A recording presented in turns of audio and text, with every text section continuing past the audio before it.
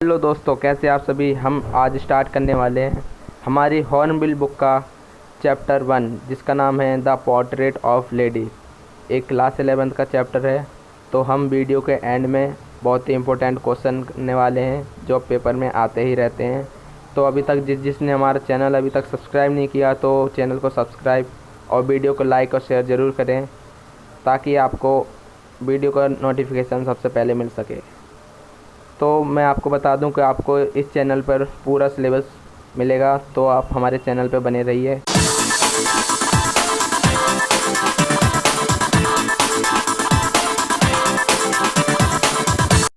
तो बच्चों, सबसे पहले हम जो हमारे चैप्टर का नाम है द पोर्ट्रेट ऑफ लेडी, तो हमें सबसे पहले पोर्ट्रेट का मतलब पता होना चाहिए।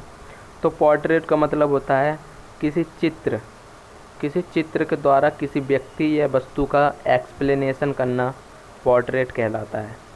तो चलिए पहले हम इसमें जो हमारे लेखक हैं खुशवंत सिंह, उनके बारे में कुछ जान लेते हैं। जो हमारे खुशवंत सिंह थे, ये नॉवलिस्ट थे, लॉयर थे, जर्नलिस्ट थे और पॉलिटिशियन थे। इनका जन्म 2 फरवरी 1915 को हुआ था और इनका जो देहांत हुआ था वो 20 मार्च 2014 में हुआ था। चलिए हम स्टार्ट करते हैं हमारी स्टोरी।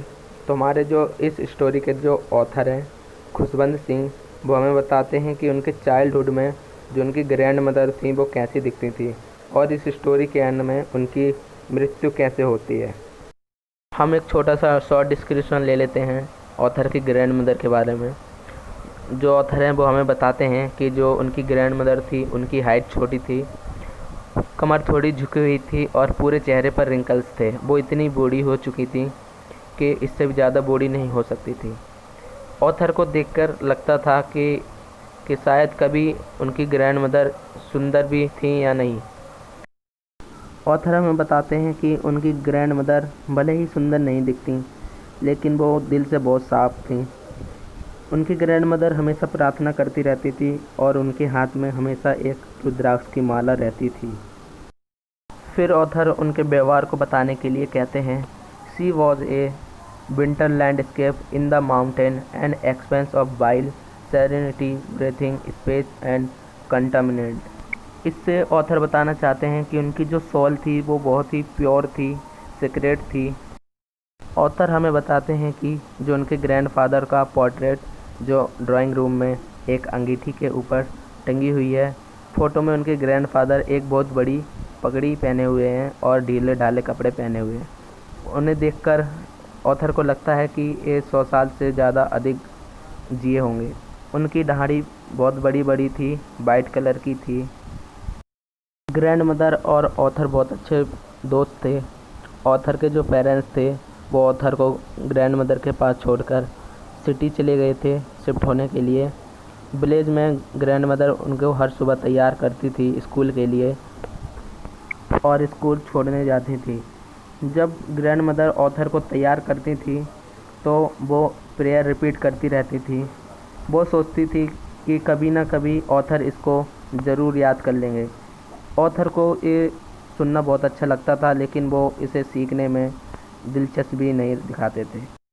ऑथर हमें बताते हैं जो उनकी ग्रैंड मदर थी वो उन्हें लकड़ी की स्लेटी देती थी और एक चॉक देती थी, साथ में पेन और एक इंकपोट देती थी।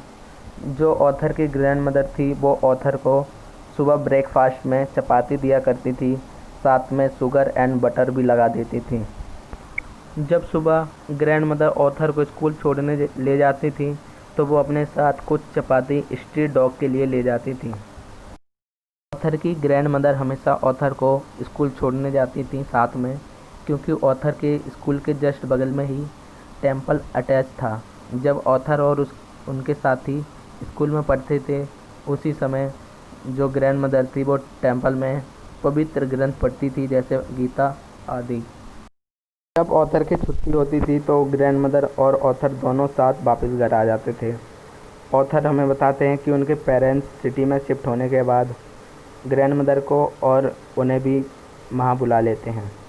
ऑथर इसे एक टर्निंग पॉइंट बताते हैं अपनी और ग्रैंड मदर की लाइफ में।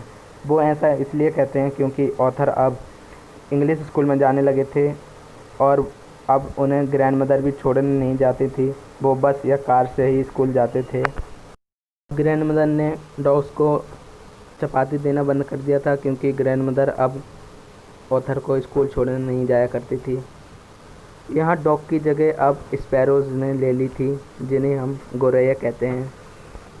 अब ऑथर जब भी स्कूल से आते हैं तो वो अपनी ग्रैंड मदर को इंग्लिश वर्ड बताते हैं, जैसे आर्किमिडीज़ का प्रिंसिपल, लॉ ऑफ ग्रेविटेशन। ये सब ग्रैंड मदर को बहुत दुखी करती थी क्योंकि वो अब इन चीज़ों के बारे में नहीं जानती थी और वो अब ऑथर की भी इनके बारे में कुछ मदद नहीं कर सकती थी। ग्रैंड मदर इसलिए भी दुखी थी क्योंकि जो सिटी के स्कूल थे, यहाँ पवित्र ग्रंथों के बारे में पढ़ाई नहीं होती थी। ऑथर ने ग्रैंड मदर को बताया कि उनके स्कूल में म्यूज़िक सिखाया जाता है, तो ग्रैंड मदर दुखी हो गई। वो सोचा करती थी कि डांस म्यूज़िक ये जेंटल लोगों की निशानी नहीं है, इसे जेंटल लोगों को नहीं सीखना चाहिए। सब चीज़ों के कारण उनकी जो ग्रैंड मदर थी उनसे बात करना कम कर देती हैं। ऑथर बताते हैं जब ऑथर यूनिवर्सिटी जाने लगे थे तो उन्हें एक अलग कमरा दे दिया गया था। ऑथर कहते हैं उनका और उनकी ग्रैंड मदर के साथ जो फ्रेंडशिप का लिंक था वो टूट गया था क्योंकि अब ऑथर और ग्रैंड मदर अलग अलग रूम में रहने लगे थे। ग्रैंड मदर अब धीरे धीरे प्रेयर करने लगी थी। वो ऑथर से कम बात करती थी क्योंकि वो पूरे दिन प्रेयर रिपीट करती रहती थी। ऑथर हमें बताते हैं कि उनकी ग्रैंड मदर दिन में स्पैरोज़ को खाना देती थी, जिनसे उन्हें थोड़ा सा आराम मिलता था। ग्रैंड मदर आंगन में चपाती या ब्रेड के छोटे छोटे टुकड़े करके डाल देती थी, जिन्हें गोरैया खा लेती थी। चारों तरफ गोरैया की आवाज़ गूंजती रहती थी। जब ऑथर की यूनिवर्सिटी की पढ़ाई ख़त्म हो जाती है और वो आगे की पढ़ाई करने के लिए आउट ऑफ कंट्री जाने की बात करते हैं, तो ऑथर को महसूस होता है कि जो उनकी ग्रैंड मदर है वो बहुत दुखी है अंदर से। ऑथर अपनी पढ़ाई कंप्लीट करने के लिए 5 साल के लिए बाहर जाना चाहते हैं। वो सोचते हैं कि कहीं इसी बीच उनकी ग्रैंड मदर की मृत्यु ना हो जाए, क्योंकि वो जानते थे कि उनकी ग्रैंड मदर बहुत ही ओल्ड हो चुकी हैं। अगले दिन ऑथर प्रिपेयर हो जाते हैं जाने के लिए। ऑथर देखते हैं कि उनकी जो ग्रैंड मदर है वो बिल्कुल भी उदास नहीं है और उन्हें छोड़ने के लिए रेलवे स्टेशन तक जाती हैं। ग्रैंड मदर अपनी प्रेयर को रिपीट करती रहती हैं और ऑथर से भी बात नहीं करती। ऑथर जब 5 साल बाद अपनी स्टडी कंप्लीट करके वापस आते हैं तो वो बताते हैं कि उनकी ग्रैंड मदर उन्हें लेने के लिए रेलवे स्टेशन पर आती हैं और वो कहते हैं उनकी ग्रैंड मदर आज भी उतनी ही बूढ़ी हैं जितनी 5 साल पहले थी। वो आज भी उनसे बात नहीं करती हैं, वो अपनी प्रेयर को रिपीट करती रहती हैं। हाथ में आज भी उनके रुद्राक्ष की माला है और वो रेस्ट करने के लिए दिन में गोरैया को आज भी चपाती खिलाती हैं। हमें बताते हैं कि एक दिन उनकी ग्रैंड मदर ने पड़ोस की सभी औरतों को इकट्ठा करके एक ओल्ड ड्रम बजाकर पूरे दिन गाना गाया और उस दिन उन्होंने बिल्कुल भी प्रेयर नहीं की। ऑथर सोचते हैं कि एक ही ऐसा दिन होगा जिस दिन उनकी ग्रैंड मदर ने बिल्कुल भी प्रेयर नहीं की। ऑथर की ग्रैंड मदर बीमार हो जाती हैं, उन्हें थोड़ा थोड़ा बुखार हो जाता है। ग्रैंड मदर कहती हैं कि मेरे पास समय नहीं है, मेरा अंतिम समय आ गया है। वो अपना टाइम किसी के साथ बातचीत करके बर्बाद नहीं करना चाहती, इसलिए वो प्रेयर को रिपीट करने लगती हैं। उनके हाथ में रुद्राक्ष की माला अभी भी है। ऑथर हमें बताते हैं कि उनकी ग्रैंड मदर बिस्तर पर लेटी हुई होती हैं, तो उनकी ग्रैंड मदर के ओंठ प्रेयर करते करते अपने आप रुक जाते हैं और उनके हाथ से रुद्राक्ष की माला गिर जाती है। तभी ऑथर और उनके पेरेंट्स समझ जाते हैं कि वो अब नहीं रही। ऑथर हमें बताते हैं कि उनके अंतिम संस्कार की तैयारी करके उन्हें उनका अंतिम संस्कार करने के लिए ले जाते हैं। तो शाम को बहुत सारी गोरैया बिना आवाज़ किए आके बैठ जाती हैं फ्लोर पर।